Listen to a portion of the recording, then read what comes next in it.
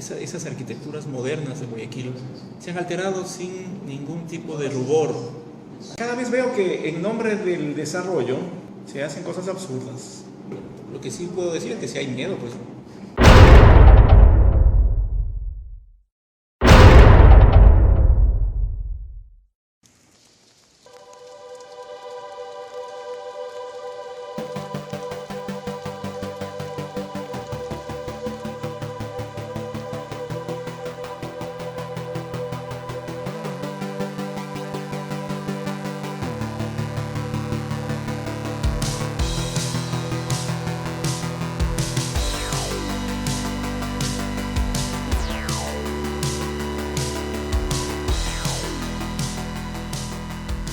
Urbano Guayaquil. Guayaquil, ciudad puerto. Guayaquil, ciudad caliente. Para mí fue un cambio total de vida. Cuando vine acá a los 19 años, o sea, antes venía regularmente por vacaciones porque tenía mi hermana que vivía aquí, pero a los 19 en que decidí quedarme, significó un cambio radical en mi vida. Un medio cultural completamente diferente, en una ciudad con condiciones ambientales totalmente diferentes a la andina y con maneras de ser de la gente también muy diferentes. El costeño, la gente de tierra caliente, como le llamo yo, es totalmente diferente a los andinos. Entonces fue un cambio radical positivo para mí, positivo, ¿no? Dentro de eso hay cosas personales, ¿no? Cosas personales. Y lo que yo te puedo decir de eso es que para mí fue un cambio positivo porque me logró este cambio personal y vivir acá en la costa me permitió sacar a flote ciertas cosas que en la personalidad mía yacían ahí, subyacían ahí, pero no estaban desarrolladas aquí en Quito, ¿no? Entonces, esa creo que también es una de las razones, yo pienso, por las cuales yo nunca pensé regresar a Quito, nunca he pensado regresar a la sierra. La calidez no solo del clima, sino de la gente, la frontalidad del costeño, es algo que yo valoro. El mar, es algo que yo amo. La posibilidad de que se extienda el día, ¿no? En Quito, en mi época, hace 30 años, ahora creo que ya es mucho más cosmopolita Quito, pero en mi época el día se terminaba temprano, el frío te obligaba a estar temprano en las casas, la vida social era más restringida. Entonces venir acá a la costa y ver que la gente está a las 9 de la noche, 10 de la noche, 11 de la noche, medianoche en la calle es algo para mí maravilloso, bueno, maravilloso. Y ver esa posibilidad de que el día se extienda, no hay frío, uno se puede amanecer sin frío, en la bohemia o escuchando música, tocando guitarra, en el estero salado como hacíamos en la ferroviaria. Yo recuerdo una vez, yo trabajaba en Ecuavisa y afuera de Ecuavisa hay una terracita, ¿no?, para ver la ciudad. Salí después de estar trabajando ahí a descansar un rato ahí y uno le siente a la ciudad, le escucha a la ciudad y me di cuenta que la ciudad es un ser vivo, ¿no? Es un ente vivo, un ser vivo. Y era como un animal, ¿no? Yo recuerdo así, algo orgánico que late, que tiene pulsaciones. Eso para mí fue impactante, ¿no? Verle a la ciudad, más que verle, sentirle a la ciudad así, como un ser vivo, pero como un todo, ¿no? Como un todo, con cicatrices, evidentemente. Lamentablemente con más cicatrices que con la piel sana, por decirlo así.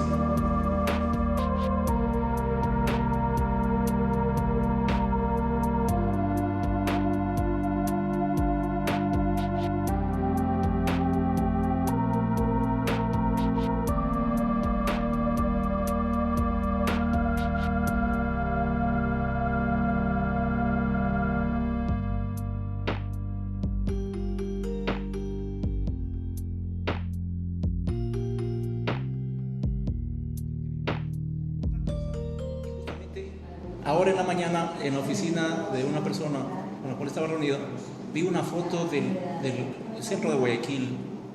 Imagino que ha de ser de 1930 por ahí, porque está ya la estatua en el Parque Centenario. Creo que es en 1930, por el centenario del... Sí, sí.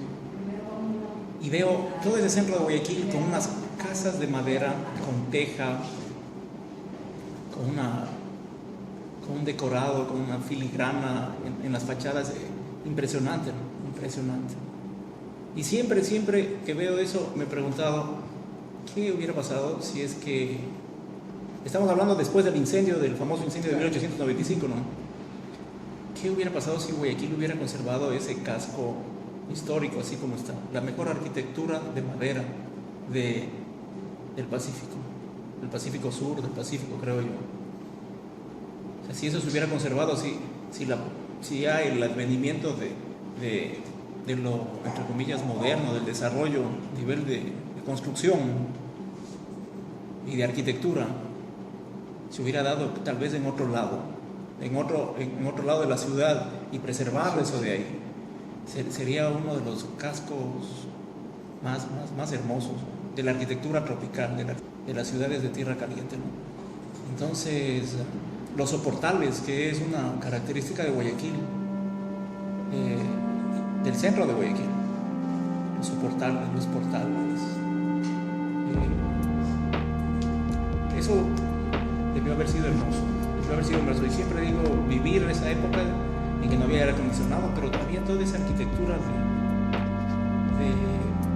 con una sabiduría propia de la arquitectura que se hace sin arquitectos,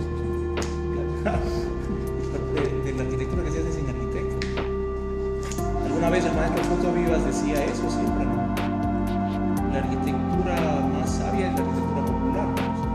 La arquitectura instintiva, y que ha respondido siempre a las condiciones climáticas, culturales, de una manera intuitiva. Y eso tiene un valor inmenso. Entonces, y cada vez veo que en nombre del desarrollo o del progreso se hacen cosas absurdas. Había una parte de la ciudad que me encantaba, que era la que está al frente del correo. Había unas casas viejas de madera con unos soportales. Y había, me acuerdo, las que vendían las Bora Bora, que eran unas 2 señoras. Y había toda esa manzana, y había 1, 2, 3 manzanas de casas antiguas con soportales en madera. Y yo recuerdo que uno, cuando caminaba por ahí, sentía el viento que pasaba por los soportales, súper fresco, el viento. Uno sentía el viento le conducía. Y eso era hermoso, las casas antiguas. Entonces yo recuerdo eso mucho. Y como alguna vez el Chino Flores, un diseñador gráfico también bien reconocido, una frase bien guayaca, me acuerdo que dijo: tienes que vacilar la ría. Aquí tienes que vacilar la ría, el río es todo acá en Guayaquil, el río, el estero. Entonces eso. Entonces tiene que ver la presencia del agua, ¿no? Guayaquil con el río, con el estero salado en la ferroviaria, con el río Manso Guayas.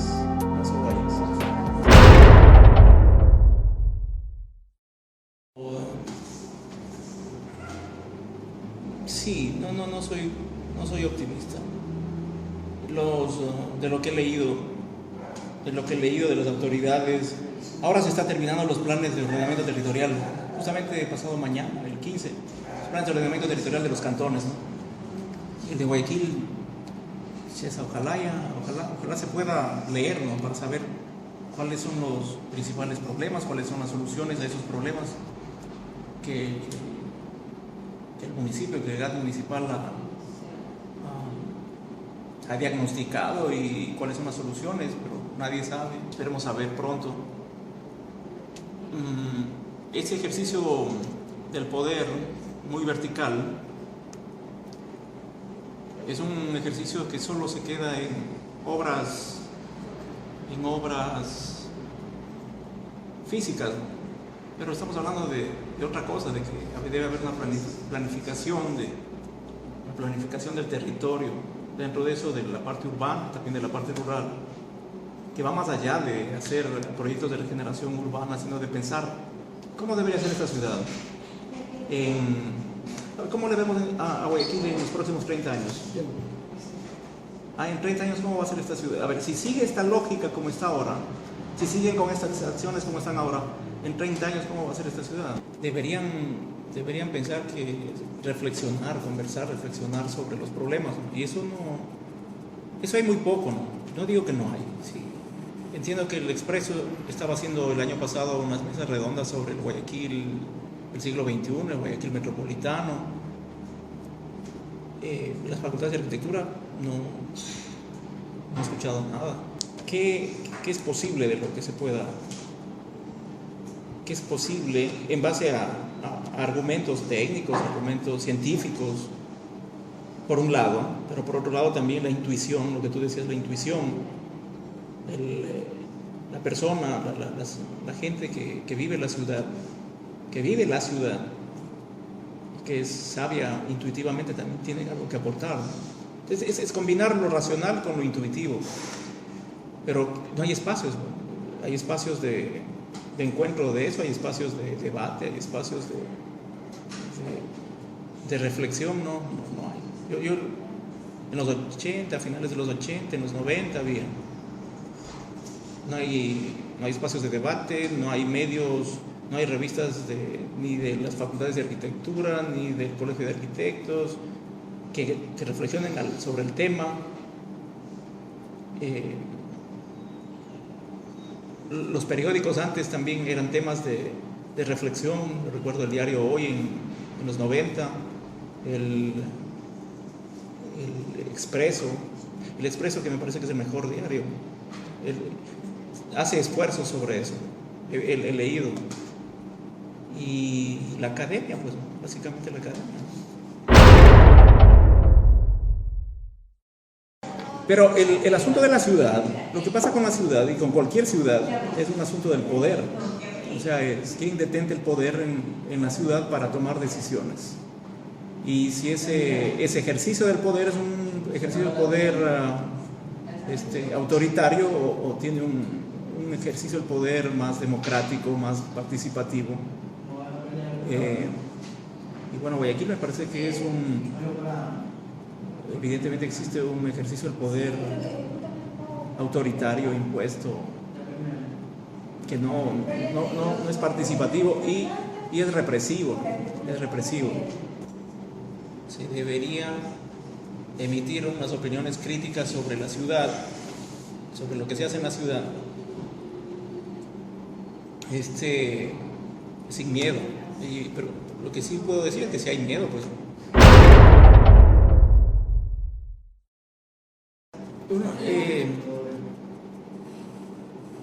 yo recuerdo una frase que me dijo mi maestro, el arquitecto Guerra, y que ahora, después de 30 años trabajando ahora en hacer planes de ordenamiento territorial de un cantón, uno se da cuenta que los arquitectos o los técnicos no somos los que planificamos la ciudad.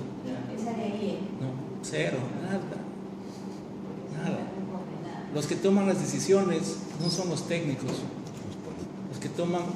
Los que definen la ciudad son los políticos. Entonces, si tú dices, yo como técnico puedo tener el poder de planificar algo, eso no existe. O sea, es los políticos, el consejo cantonal, el alcalde. Yo creo que uno de los temas estructurantes de la ciudad es el asunto de la conectividad, o sea, el asunto vial, sistemas de transporte públicos. O sea, eso creo que es a nivel prioritario, que haya menos vehículos y un sistema de transporte urbano metropolitano. O sea, lo que pasa con Guayaquil ahorita es que Guayaquil no se puede pensar solo como Guayaquil. La escala de Guayaquil rebasa completamente Guayaquil, involucra a Durán, involucra a San Borondón, involucra a Daule, involucra a Novol, a Petrillo, y hasta Sí, en su área de influencia más cercana involucra todo esto. Entonces, el sistema de transporte público, por ejemplo, para mí, ya no es un sistema de transporte urbano, sino un sistema de transporte, entre comillas, metropolitano.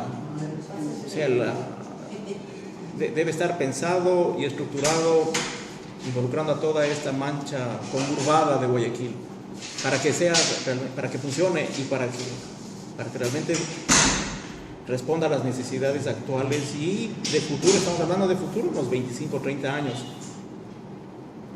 Y o sea, el transporte es el transporte es un problema grave en Guayaquil, o sea, un problema de primer orden en importancia, pero un sistema urbano metropolitano, como lo llamo yo. Y por otro lado, un problema ambiental, que sería el asunto de recuperar el estero, ¿sí? los esteros. El asunto importantísimo, que es el asunto de los asentamientos urbanos marginales. Pero debemos pasar ya a soluciones de otro tipo, ¿no? De ver la densificación, soluciones habitacionales que privilegien la densificación, es decir, hacia el crecimiento vertical, por un lado, y que no sean como en el urbanismo racional, no racionalista. Esto es solo residencia, acá está lo que es trabajo, acá está lo que es industria, sino que se mezclen las funciones urbanas, haya esta mezcla de funciones, la multifuncionalidad por un lado y la consolidación hacia arriba, ¿no? El crecimiento vertical. Pero ahí hay un mito. Ese es uno de los mitos, que la gente acá en la costa, en Guayaquil o en la costa, no le gusta vivir en multifamiliares, no le gusta vivir en departamentos. Yo creo que eso es un mito, o sea, en parte es un mito, porque creo que no ha habido un proyecto que aborde integralmente no solo el diseño arquitectónico, sino también el diseño urbano. El fracaso, entre comillas, de esos proyectos es porque, más allá del diseño arquitectónico, el diseño urbano no ha estado bien pensado. Y creo que uno de los temas que se olvidaron en esos proyectos es el trabajar con la conciencia cívica de la gente que va a vivir ahí, que se organicen, que el mantenimiento de los espacios públicos sea responsabilidad de ellos, es decir, que ellos se apropien de los espacios públicos. La manera de ser de acá del costeño es individualista. Y yo he estado buscando textos para que hayan tratado el tema. Yo tenía otro maestro, el psiquiatra Francisco de Mau Gavilanes, don Paco, que lamentablemente ya falleció el año pasado, creo. Entonces yo le decía que escribamos sobre él. Tenía un conocimiento profundo de la manera de ser diferente de las gentes de diferentes partes del país. Y hay pocos textos referidos a eso, de cómo son los costeños, y la diferencia entre el guayaco con el manaba y el del oro y el de los ríos. Pero bueno, ese es otro tema apasionante, ¿no? Pero sí, ¿no? Eso de que la gente no puede vivir en departamentos, yo no creo. Yo creo que sí, si se diseñan bien, si los espacios públicos, los espacios comunitarios están bien diseñados, si se despierta una conciencia cívica de que todos debemos limpiar, debemos mantener.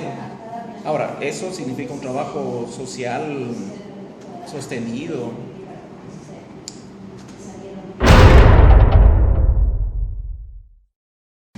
Yo amo la arquitectura moderna de Guayaquil, arquitectura de los maestros, de los primeros maestros, la arquitectura de los discípulos de los primeros maestros. O sea, me parecieron que hicieron unas soluciones arquitectónicas en que con los nuevos materiales, el cemento, el vidrio, el perfil de aluminio, el metal, no se olvidaron del clima. Entonces ha habido soluciones hermosas en la parte de la arquitectura moderna. Y la rabia que tengo y la tristeza que tengo es como esas arquitecturas modernas de Guayaquil se han alterado sin ningún tipo de rubor. Así no se han ruborizado las autoridades competentes de preservar el patrimonio moderno. Porque siempre se ha vinculado, básicamente se ha vinculado el patrimonio arquitectónico con la parte antigua, con las casas de madera, con la arquitectura. Ahí viene el neoclasicista, clasicista, republicana. La arquitectura moderna han hecho rajatabla. Mira todo lo que es Urdesa, donde tú vas por Circunvalación, que eran las casas modernas de la burguesía, claro, de la burguesía setentera de Guayaquil. Entonces está alterado ya, eso, algo que quede original ya en su estado original ya no, es muy poco, ¿no? Es muy poco. Y esas soluciones arquitectónicas tenían un alto nivel de calidad, espacial, ambiental, volumétrico, y todo eso ya se ha perdido. Y cada vez se está perdiendo más. Entonces, Guayaquil ya no solo no tiene la arquitectura de madera, sino tampoco ya no tiene la arquitectura moderna que tenía y que era de calidad. Ahorita que estábamos trabajando en la parte territorial, nos hemos dado cuenta es que el trabajo con los grupos de base, ¿no? El trabajo con comunidades de base es fundamental. En la parte urbana y en la parte rural, trabajar con las parroquias rurales. Ahí es, si vamos a ver si se puede, si la planificación de lo territorial ahora puede dar frutos. Estamos viendo que en las parroquias rurales, trabajar en las parroquias rurales, en que las necesidades y el poder que tienen las juntas parroquiales es mucho más cercano. Es algo en los cuales se podría empezar a ver cambios en un nivel de escala un nivel de escala que realmente se pueda apreciar, ¿no? Porque para que no se quede la planificación en el libro, en el PDOT, en Semplades, en la institución del gobierno, sino que sean cambios palpables para la gente. Trabajar en comunidades de base y ser creativos e innovadores en todo. Eso a mis estudiantes, aquí en la oficina un amigo que fue estudiante, siempre está estos adjetivos, ¿no? Hay que ser creativos y hay que ser innovadores. Y en la planificación territorial también uno debe ser creativo en eso, debe ser innovador. Para proponer soluciones nuevas, para no caer en los mismos clichés, para pensar el territorio en que al final del territorio nos alimentamos, ahí vivimos, y ese es un trabajo que no solo los técnicos, sean arquitectos, sean urbanistas, sean sociólogos, sean economistas urbanos, es un trabajo que nos involucra a todos.